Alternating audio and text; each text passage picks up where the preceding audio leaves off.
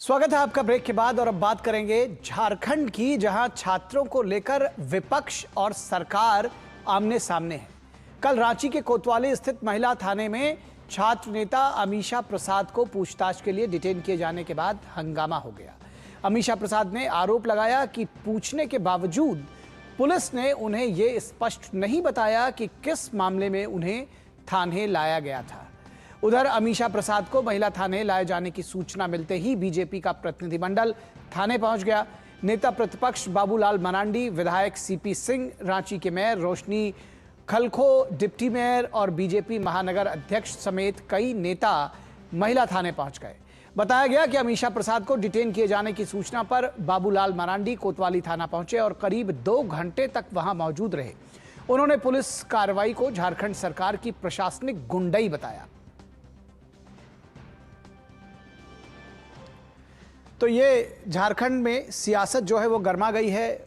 बाबूलाल मरांडी थाने पहुंचे अमीषा प्रसाद को डिटेन किए जाने पर। उन्होंने कहा ये प्रशासनिक गुंडई पर उतर आई है सरकार और बच्चों को डराने धमकाने से बाज आए सरकार। ये जो है लोकतंत्र का एक विद्रूप चेहरा है जो झारखंड सरकार लोगों के सामने लेकर आई है। बच्चों को डराया जा रहा है, उनके अधिकारों से उनको वंचित भी किया जा रहा है और उनको आवाज़ उठाने वालों को चुप कराया जा रहा है।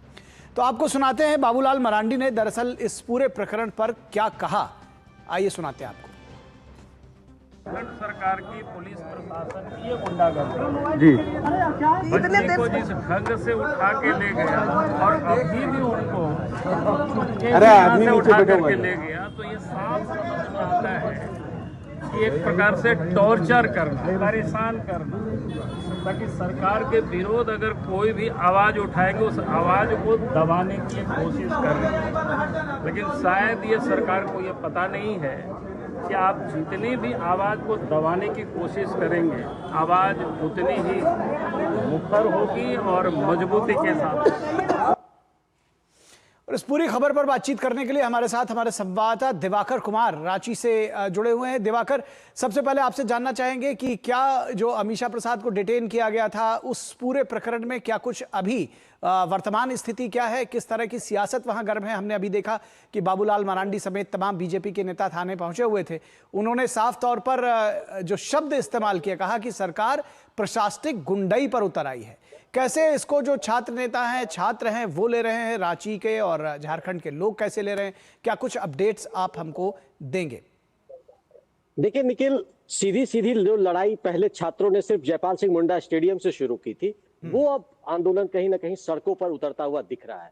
जिस तरीके से उस आंदोलन के बाद जो सरकार ने कार्रवाई की, उसके बाद कोर्ट से जो स्टे लगा, तो छात्र पुतला दहन करना चाह रहे थे सीएम का कि उन्होंने कोर्ट में अपने पक्ष को ढंग से नहीं रखा और इसी वजह से कोर्ट से स्टे मिल गया। लेकिन उस पक्ष के दौरान जब जो छात्रों ने जब प्रोटेस्ट करने की कोशिश की तो बकायदा उनको रोकने का प्रयास हुआ।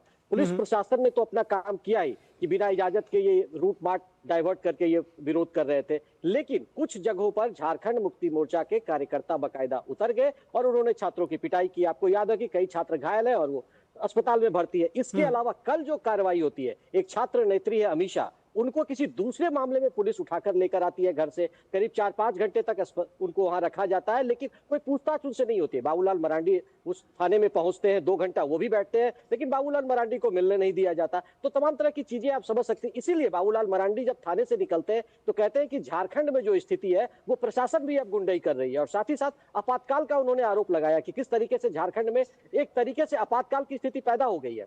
तो कहीं ना कहीं भारतीय जनता पार्टी अब सरकार के प्रति खुलकर मुखर हो रही है कि झारखंड में जंगल राज की स्थिति पैदा हो गई है, छात्र सुरक्षित नहीं है, लड़कियां सुरक्षित नहीं है। जब पुलिस को जिसको मन होता है उठाकर लेकर चली जाती है और छात्रों को विरोध प्रदर्शन पर, जिसका कि लोकतंत्र में हर किसी को हक है, उसको रोका जाता है। उस पर जो झारखंड मुक्ति मोर्चा के कार्यकर्ता हैं वो डंडे बरसाते हैं। हालांकि पुलिस की ओर से कल दोनों पक्षों की ओर से कार्रवाई हुई है, दोनों तरफ से एफआईआर हुई है। बीजेपी के कार्यकर्ताओं पर भी एफआईआर हुई है, झारखंड मुक्ति मोर्चा के कार्यकर्ताओं पर और छात्रों पर भी एफआईआर हुआ है। इन तमाम चीजों को देखना होगा। लेकिन सबसे बड़ी बात यह है कि जो झारखंड मुक्ति मोर्चा के कुछ जो नेताओं पर हुआ है एफआईआर, छात्रों में जो जेपीएससी और जेसीसी रिफॉर्म मंच के जो प्रतिनिधि थे, जो लगातार वार्ता कर रहे थे या आंदोलन में सक्रिय थे, उन लोगों में बकायदा नामजद उन लोगों पर एफआईआर किया गया। तो कहीं ना कहीं अब छात्र ये आरोप लगा रहे हैं कि छात्र आंदोलन को खत्म करने के लिए, छात्रों को डराने के लिए सरकार इस तरह के हथकंडे का इस्तेमाल कर रही है।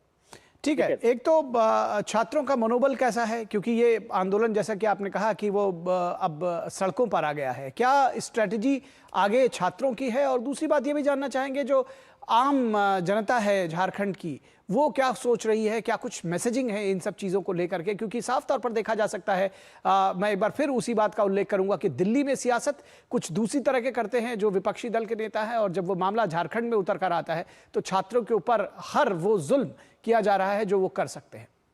देखिए निखिल, निश्चित तौर पर आपने जिस बात को कहा मैं भी वही बात कहता हूं कि वो चेहरा झारखंड में नहीं दिखता है।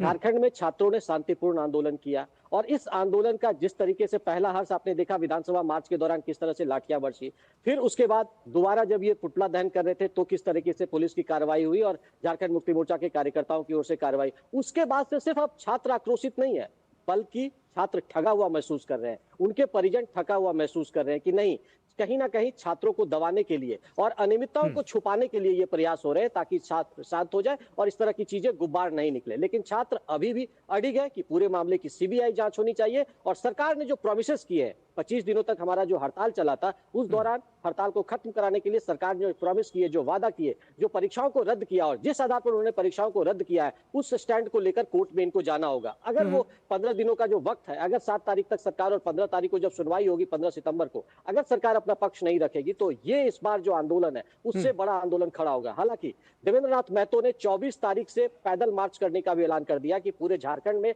वो पैदल मार्च करेंगे और परीक्षाओं में जो अनियमितता हुई है उसका वो उलगुलान करेंगे। तो अब जो आंदोलन है वो धीरे धीरे बढ़ेगा। हालांकि जेपीएससी जेएससीसी रिफॉर्म मंच ने अभी कोई घोषणाएं नहीं की है, लेकिन झारखंड के आम जनों में वो आक्रोश दिख रहा है। जिस तरीके से कार्रवाई पिछले 1-2 दिनों में हुई है, उसके बाद आक्रोशित है कि पुलिस और प्रशासन छात्रों को दबा रही है, प्रेरित कर रही है और उनको दबाने की कोशिश हो रही है। जी, वो अभ्यर्थी जो नौकरी चले जाने पर उस चीज को लेकर के जो वो धरने प्रदर्शन और तमाम चीज, हालांकि कोर्ट का इंटरवेंशन उसमें हुआ है, उनका क्या रुख है? देखिए वो तो निश्चित तौर पर उस दिन वो दिखा काम करेंगे, तो कहीं ना कहीं उसके बाद उस तरीके से जो जश्न उन छात्रों ने उस दिन मनाया था, उसके बाद जो जेपीएससी जेसीसी रिफॉर्म मंच और देवेंद्र नाथ गुट के जो छात्र थे, ये तमाम लोग ठगा हुआ महसूस कर रहे हैं कि सरकार ने उनके साथ प्रॉमिसेस तो किए, लेकिन उस मुद्दे पर वो अडिग नहीं रही। कोर्ट में जो पक्ष रखना चाहिए था वो नहीं रखा गया। अब कल से जब ये जो असफल अभ्यर्थी है काम पर फिर से लौटेंगे तो उसके बाद देखना होगा कि किस तरीके का रिएक्शन आता है जेपीएससी जेएससीसी रिफॉर्म के मन से। लेकिन अब ये छात्र रणनीति बनाने में जुटे हुए हैं कि अगला कदम इनका क्या होगा कल। लेकिन हालांकि इन्होंने जो प्रदर्शन का एक नया सिरा है, नया मॉड्यूल है कि हम शांतिपूर्ण तरीके से बापू का जो गांधीगिरी का सिद्धांत है उसके जरिए आगे बढ़ेंगे, और सरकार को चूंकि हम लोगों ने वक्त दिया है, 2 महीने का वक्त दिया है, और 15 सितंबर तक कोर्ट की तरफ से जो फैसला आता है उसको हम लोग देखेंगे, उसके बाद आगे की रणनीति पर फैसला करेंगे। जी जी जी, निश्चित तौर पर तो जो झारखंड की राजनीति है वो लगातार बदल भी रही है, छात्र लगातार अपनी मांगों पर अड़े हुए। बहुत शुक्रिया इस तमाम बातचीत और जानकारी के लिए दिवाकर कुमार।